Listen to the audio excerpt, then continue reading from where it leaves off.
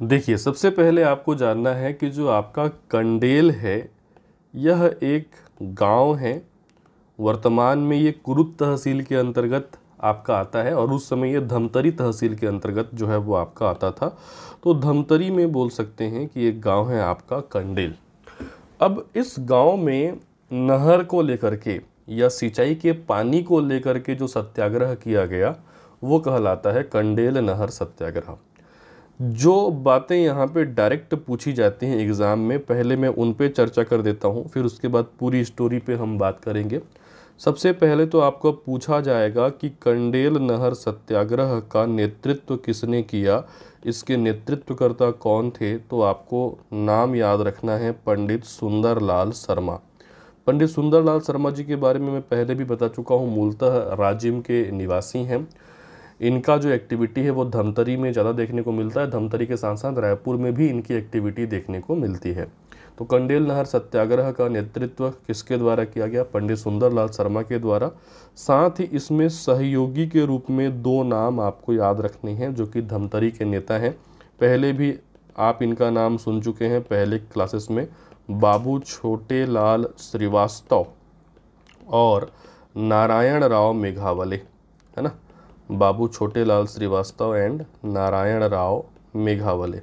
अब देखिए, ये दो ही नाम आपको याद रखने हैं। एक्चुअल में इस कंडेल नहर सत्याग्रह में पंडित सुंदरलाल शर्मा और उनके साथ एक्टिव थे धमतरी के प्रमुख नेता बाबू छोटेलाल श्रीवास्तव और नारायण राव मेघावले। लेकिन व्यापम के द्वारा एक बार आंसर इसमें लिया गया है नत्थूजी जगताप का भी नाम, जबकि रियल मैंने में आपको बताऊं तो नत्थूजी जगताप की एक्टिविटी चालू होती है जब छत्तीसगढ़ में गांधी जी आते हैं।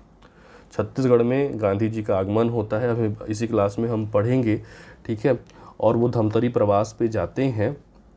इसी कंडेल नहर सत्याग्रह से जुड़ी हुई है उनका छत्तीसगढ़ प्रवास की घटना।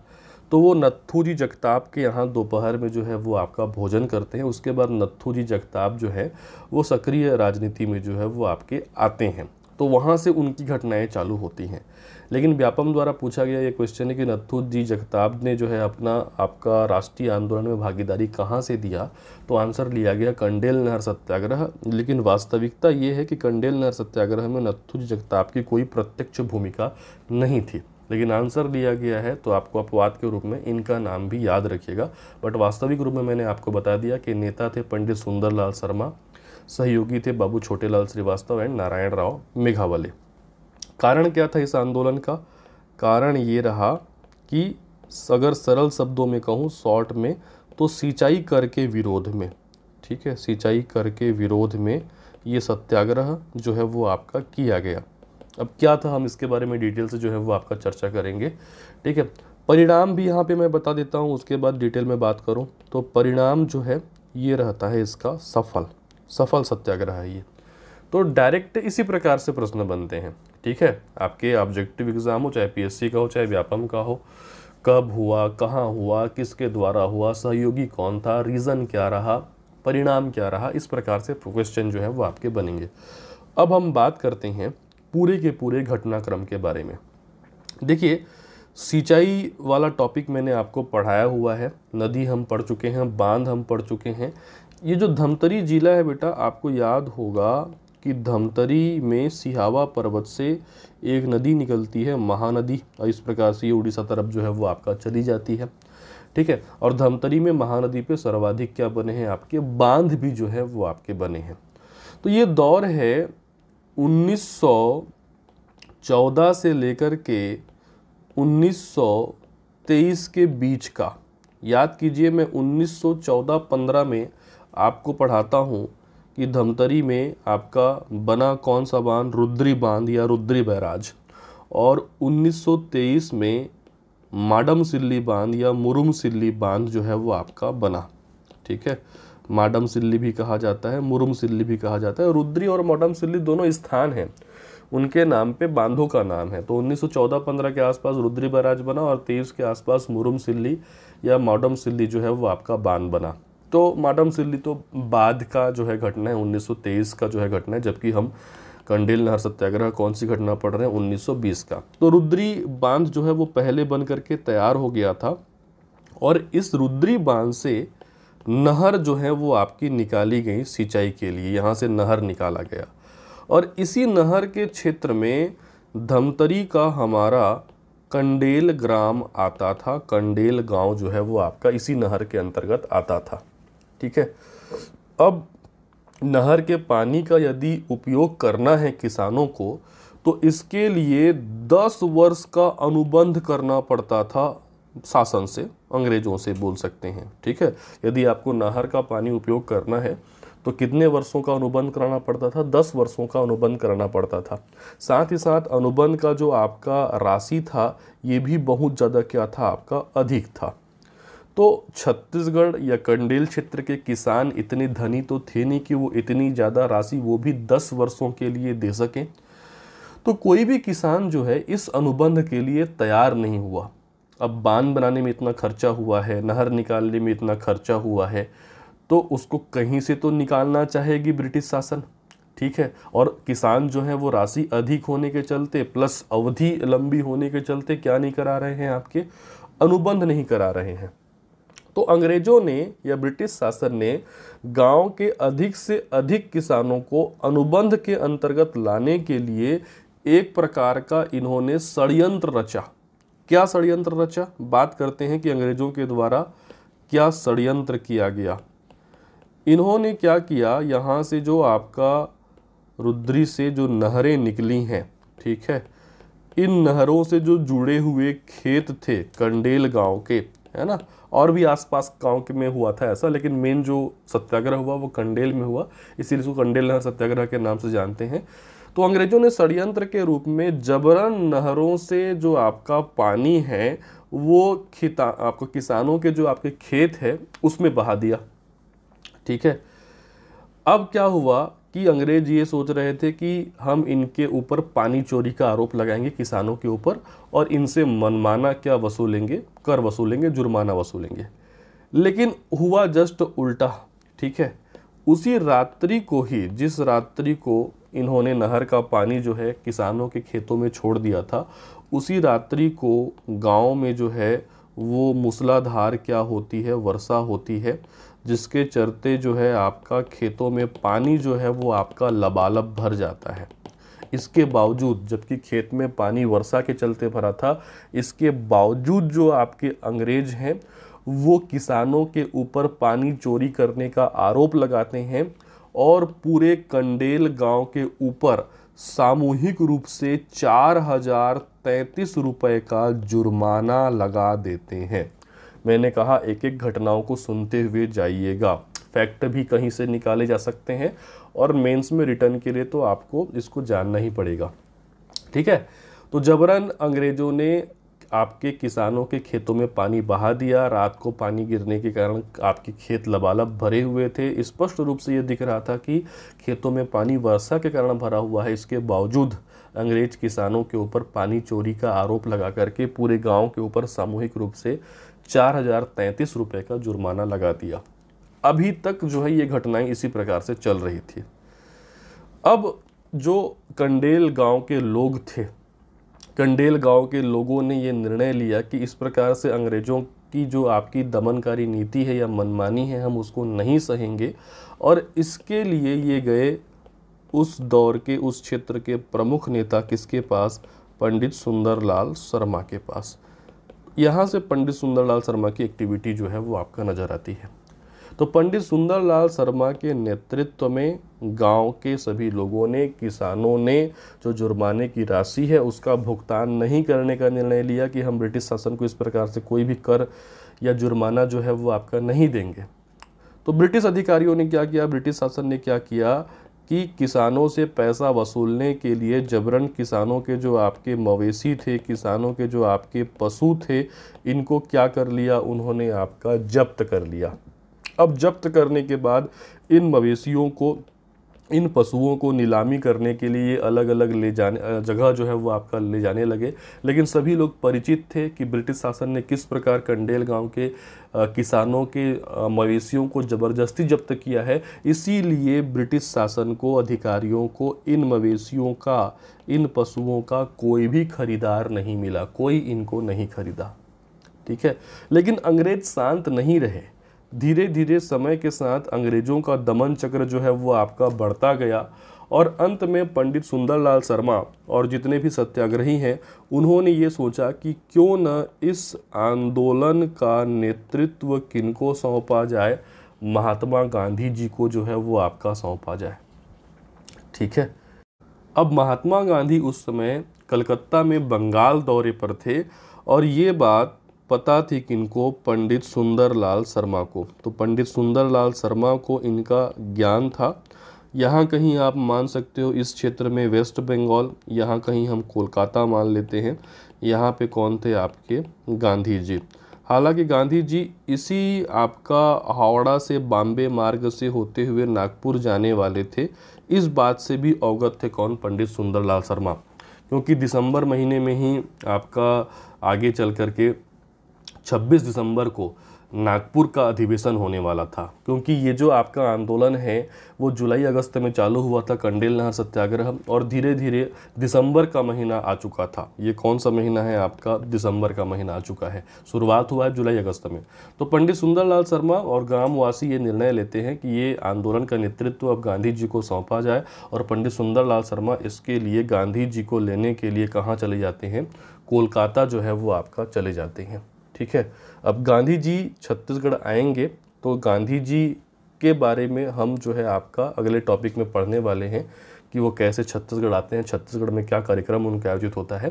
अब यहाँ पे बात ये है कि पंडित सुंदरलाल शर्मा चले तो गए हैं गांधी जी को लेने के लिए आपका कोलकाता, इधर क्या होता है, जैसे इस बात की सूचना मिलती है उस समय रायपुर के जो डिप्टी कमिश्नर रहते हैं, रायपुर के डिप्टी कमिश्नर को जब ये सूचना मिलती है कि गांधी जी यहाँ पे आने वाले हैं तो हड़बड़ा जाते हैं, वो डर जाते हैं और स्वयं पहुँच जाते हैं कहाँ, आपका कंडेल, और कंडेल की वास्तविक स्थिति का जायजा लेते हैं।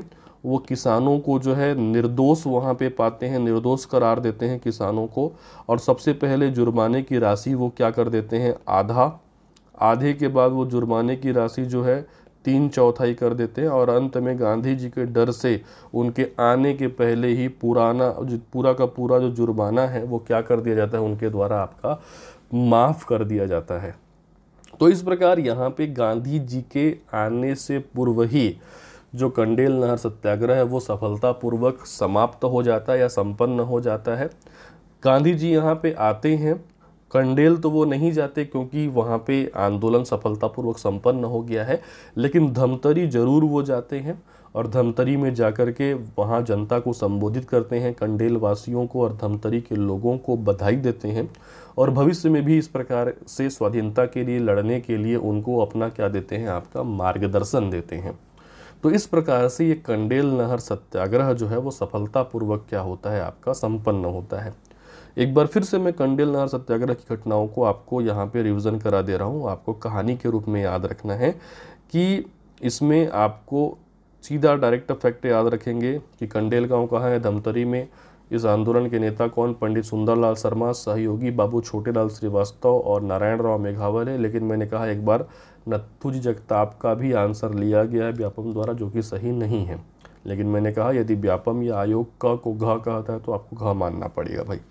कारण ये है सिंचाई कर के विरोध में परिणाम क्या रहा, सफल रहा। घटनाक्रम में फिर से बता दूं कि कंडेल गांव में, ठीक है, जो कंडेल गांव है वो रुद्री बांध से जो नहर निकाला गया था उसके दायरे में आता था, और जो आपके नहर का उपयोग करने के लिए किसानों को 10 वर्ष का अनुबंध कराना पड़ता था, जिसकी राशि अधिक होने के चलते कोई भी किसान इस अनुबंध के लिए तैयार नहीं हो रहे थे, जिसके चलते किसान जबरदस्ती अनुबंध कराए। इसके लिए आपका ब्रिटिश शासन ने, अधिकारियों ने एक षड्यंत्र रचा। इन्होंने नहरों का पानी जबरदस्ती किसानों के खेतों में बहा दिया, लेकिन इसी रात्रि को मूसलाधार वर्षा हुई जिससे खेतों में पानी भर गया। इसके बावजूद अंग्रेजों ने, ब्रिटिश शासन ने पानी चोरी का आरोप लगा करके पूरे गांव के ऊपर 4033 रुपये का जुर्माना लगा दिया।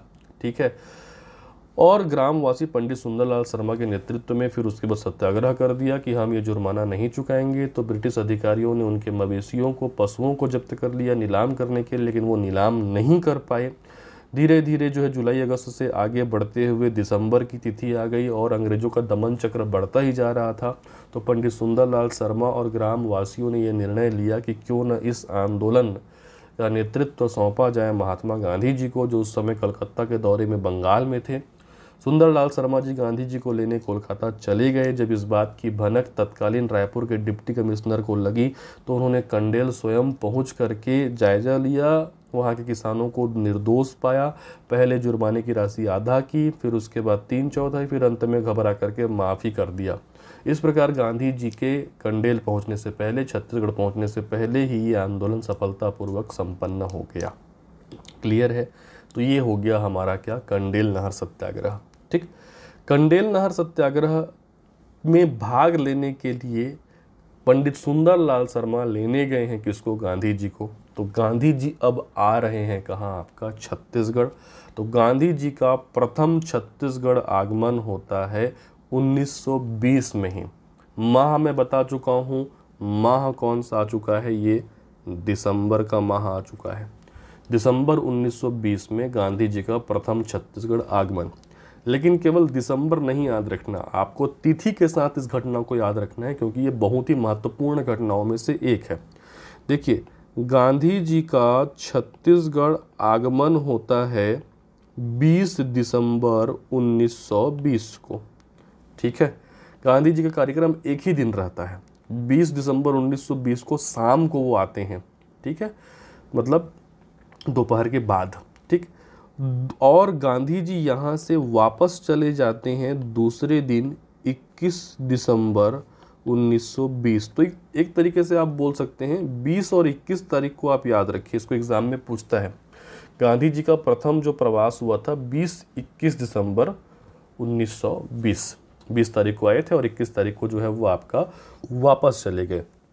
ठीक, अब इससे क्या क्वेश्चन बनता है उसको मैं बता देता हूँ। सीधे तौर पे जो क्वेश्चन पूछा जाता है, पहले तो आपको ईयर पूछा जाएगा कि गांधी जी का प्रथम बार छत्तीसगढ़ आगमन कब हुआ। ईयर में आंसर आएगा 1920। तिथि 20 दिसंबर। अब प्रवास का तिथि पूछेगा तो 20 और 21। ठीक है, अब बात आती है कि गांधी जी के साथ कौन आए थे सहयोगी। तो गांधी जी के साथ उस दौर के राष्ट्रीय स्तर के नेता, जो उस समय खिलाफत आंदोलन का नेतृत्व भी कर रहे थे, मौलाना शौकत अली जो हैं, ये गांधी जी के साथ आए थे। पंडित सुंदरलाल शर्मा तो आए ही आए, क्योंकि वो लेने गए थे उनको। साथ में कौन आए आपके, मौलाना शौकत अली, जो उस समय खिलाफत आंदोलन का नेतृत्व जो है वो आपका कर रहे थे। खिलाफत आंदोलन में पहले आपको पढ़ाया हूँ, राष्ट्रीय स्तर पे इनके नेतृत्वकर्ता के रूप में जाने जाते हैं आपके मोहम्मद अली और आपका शौकत अली। तो मौलाना शौकत अली जो है वो गांधी जी के साथ यहाँ पे आते हैं। ठीक है, इसके बाद कारण अगर हम देखें कि गांधी जी क्यों आए हैं, तो गांधी जी यहाँ पे कंडेल नहर सत्याग्रह का नेतृत्व करने के लिए या कंडेल नहर सत्याग्रह में भाग लेने के लिए आते हैं। लेकिन साथ ही साथ गांधी जी का एक और उद्देश्य रहता है। गांधी जी उस समय किसका प्रचार प्रसार कर रहे हैं, गांधी जी उस समय असहयोग आंदोलन का प्रचार प्रसार कर रहे हैं। तो इस असहयोग आंदोलन के प्रचार प्रसार हेतु या फंड एकत्रित करने हेतु भी वो कहाँ आते हैं, छत्तीसगढ़।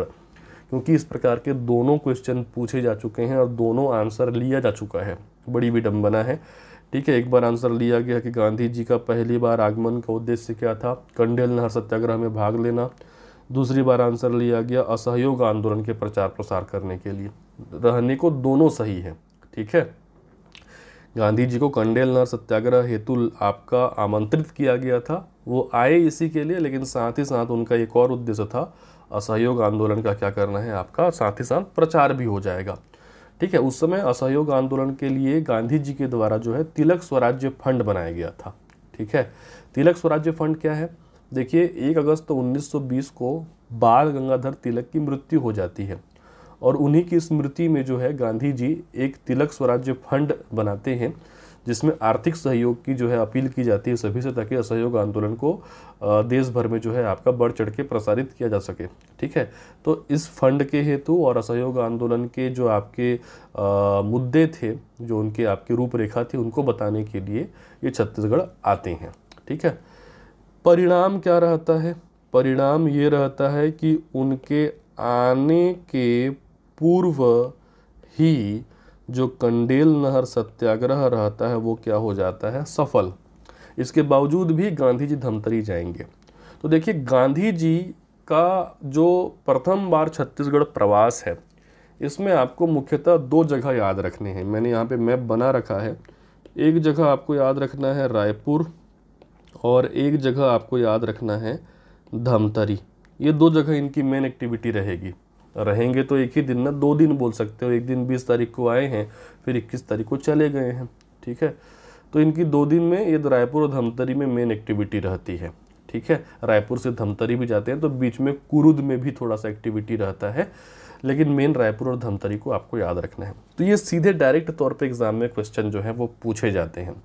आगमन तिथि याद रखेंगे 20 दिसंबर 1920, वापसी 21 दिसंबर 1920। साथ में आते हैं मौलाना शौकत अली। रीजन, कंडेल नहर सत्याग्रह में भाग लेने के लिए और असहयोग आंदोलन का प्रचार प्रसार करने के लिए। परिणाम क्या रहता है, आने से पहले ही सत्याग्रह क्या हो जाता है, इनका जो कंडेल नहर सत्याग्रह है वो आपका सफल रहता है। अब हम विस्तार से घटनाक्रम पे थोड़ा सा ध्यान देते हैं, क्योंकि इसको आपको इमेजिन करते हुए चलना है, रटना नहीं है, ठीक है। सबसे पहले तो आप ये याद रखें कि जो कंडेल गांव में आपके सत्याग्रही थे, जो नहर कर का विरोध कर रहे थे, इन्होंने दिसंबर के आसपास आंदोलन का नेतृत्व गांधी जी को सौंपने का निर्णय लिया। और इस समय गांधी जी कहाँ थे, कोलकाता में। ये देखिए, मैं यहाँ पे कोलकाता जो है वो बना देता हूँ। इधर मान सकते हैं वेस्ट बंगाल, और इधर कहीं आप कोलकाता जो है वो इमेजिन कर लीजिए, ठीक है। इस समय गांधी जी कोलकाता में थे, और उनको लेने के लिए कौन गए, पंडित सुंदरलाल शर्मा वहाँ पे चले गए। पंडित सुंदरलाल शर्मा ने गांधी जी को सत्याग्रह की वस्तु स्थिति के बारे में पूरी जानकारी दी, और गांधी जी ने उनके आमंत्रण को क्या कर लिया, आपका स्वीकार कर लिया, ठीक है। अब ये जो आपका रेल लाइन है बॉम्बे हावड़ा, इधर है बॉम्बे और इधर है वेस्ट बंगाल में आपका हावड़ा। कोलकाता का जो आपका बोल सकते हैं कि स्टेशन है वो हावड़ा स्टेशन कहलाता है, ठीक है। और ये बॉम्बे हावड़ा रूट कहाँ से गुजरते हुए जाता है भाई, छत्तीसगढ़ से गुजरते हुए जाता है। आप सभी को पता है, परिवहन में आपका पढ़ा चुका हूँ आपको, ठीक है। तो इसी बॉम्बे हावड़ा रूट से होते हुए, छत्तीसगढ़ से होते हुए एक्चुअल में गांधी जी को जाना था नागपुर। सही घटना मैं आपको बता रहा हूँ, गांधी जी को कहाँ जाना था, यहीं से होते हुए, है ना, नागपुर जाना था। क्योंकि नागपुर में 26 दिसंबर को कांग्रेस का वार्षिक अधिवेशन होना था, ठीक है। और गांधी जी छत्तीसगढ़ कब आए हैं भाई, 20 तारीख को आए हैं। तो मतलब 4-5 दिन बाद जो है उधर नागपुर में आपका कांग्रेस का राष्ट्रीय अधिवेशन होना था। वहाँ शामिल होने के लिए गांधी जी जाए जरूर रहते। अब इस बीच में क्या पड़ रहा है, छत्तीसगढ़ पड़ रहा है, इसीलिए पंडित सुंदरलाल शर्मा की मांग को क्या कर लिए, वो आपका स्वीकार कर लिए।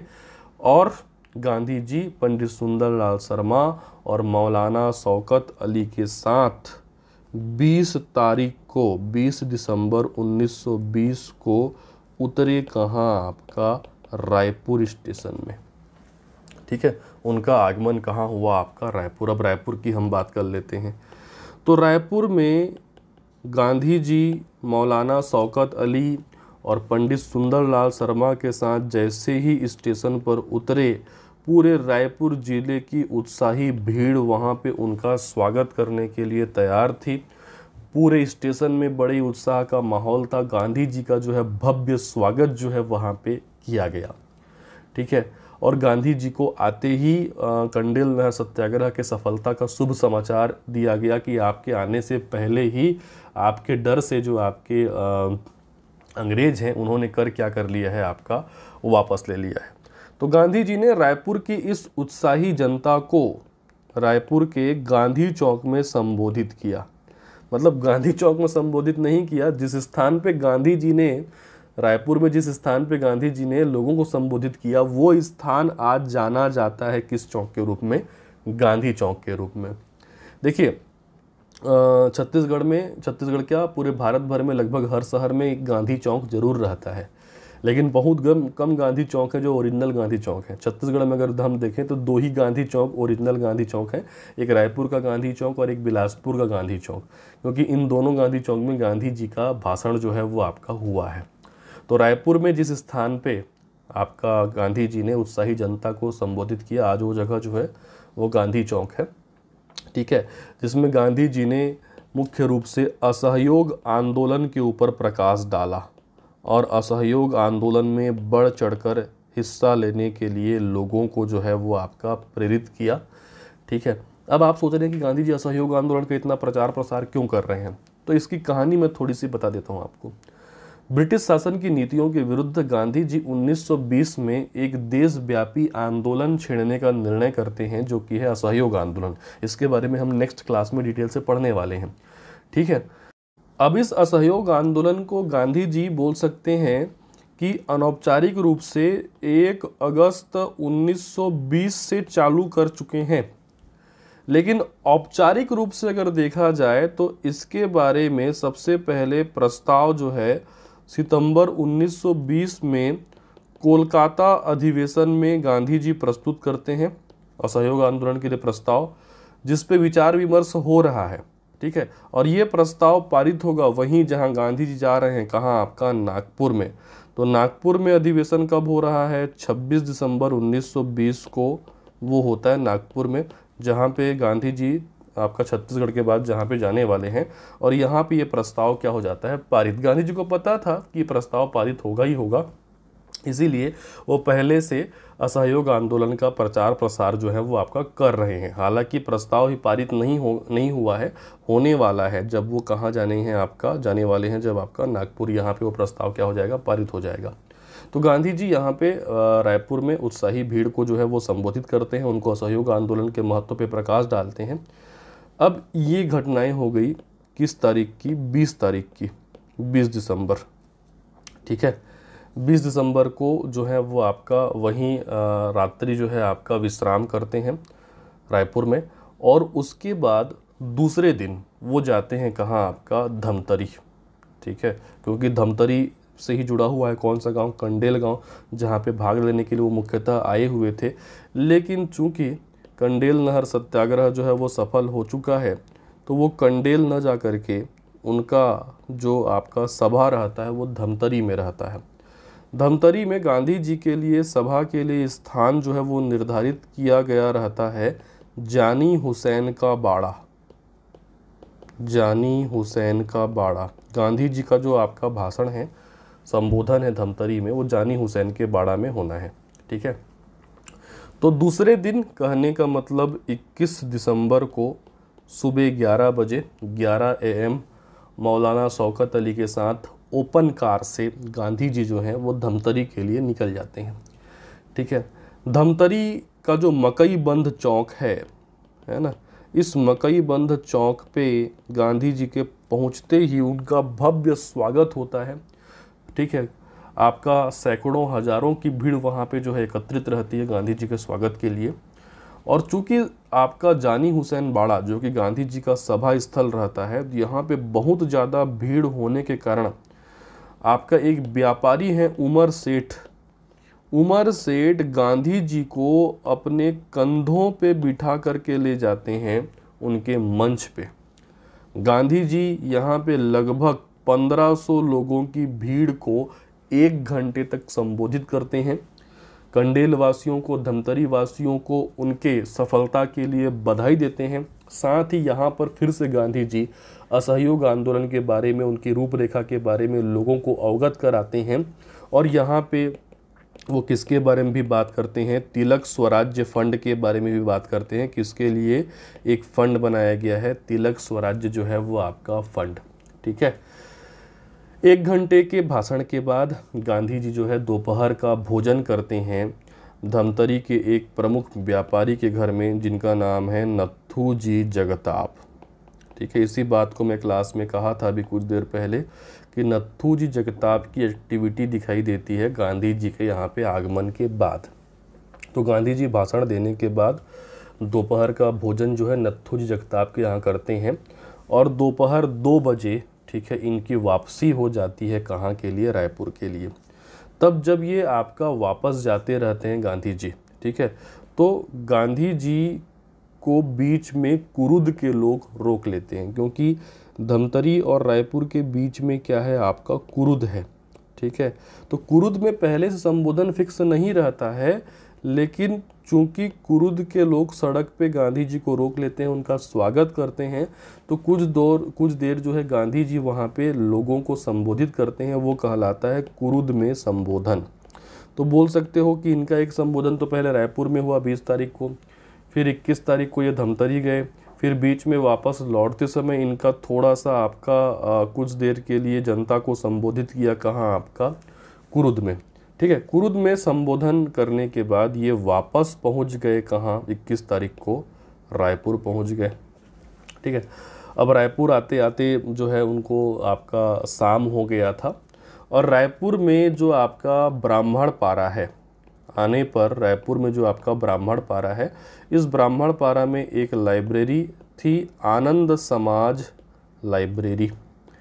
इस आनंद समाज लाइब्रेरी या वाचनालय के प्रांगण में विशेष करके गांधी जी महिलाओं को संबोधित करते हैं, और महिलाओं से भी वो आपका असहयोग आंदोलन के बारे में चर्चा करते हैं।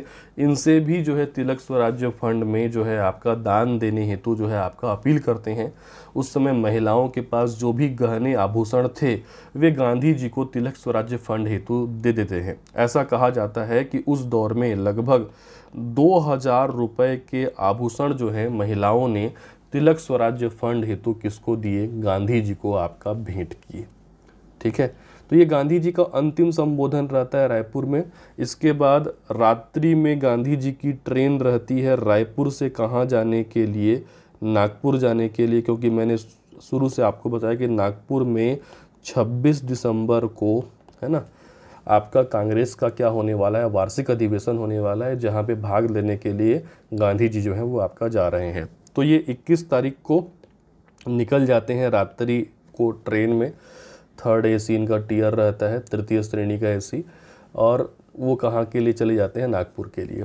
लेकिन खास बात यह है कि गांधी जी को छोड़ने के लिए बहुत सारे नेता जो है गांधी जी के साथ जो है वो नागपुर जाते हैं। रीज़न 2 है, एक तो गांधी जी को विदा करने के लिए जा रहे हैं, साथ ही साथ इसी बहाने किस अधिवेशन में भाग लेंगे, आपके नागपुर अधिवेशन में जो है भाग लेंगे, जहाँ पे असहयोग आंदोलन को औपचारिक रूप से जो है मान्यता दी जानी है, वहाँ पे पारित होना है ये, ठीक है। तो ये था गांधी जी का छत्तीसगढ़ प्रवास। एक बार हम पूरी की पूरी घटना को फिर से जो है रिवाइज करते हैं। सबसे पहले आपको याद रखना है कि गांधी जी का छत्तीसगढ़ आगमन कब होता है, 20 दिसंबर 1920 को। वापसी कब होती है, दूसरे ही दिन 21 दिसंबर 1920 को, ठीक है। कहाँ आते हैं, रायपुर स्टेशन पे आते हैं पहले। सहयोगी इनके साथ कौन आते हैं, राष्ट्रीय स्तर के नेता मौलाना शौकत अली, जो उस समय खिलाफत आंदोलन का नेतृत्व कर रहे थे, ठीक है। रीजन कंडेल नार सत्याग्रह में भाग लेने हेतु और असहयोग आंदोलन का प्रचार प्रसार करने के लिए आते हैं। परिणाम ये रहता है कि उनके आने से पहले ही आंदोलन क्या हो जाता है, आपका सफल हो जाता है, ठीक है। इसके बाद जो है मैं विस्तार से आपको बताया कि किस प्रकार की कंडेल जो नहर सत्याग्रह चल रहा था, उसमें कंडेल वासी और पंडित सुंदरलाल शर्मा इस आंदोलन का नेतृत्व सौंपना चाहते हैं गांधी जी को। और उस समय गांधी जी कोलकाता में थे, दिसंबर का ये आपका समय आ चुका है, ठीक है।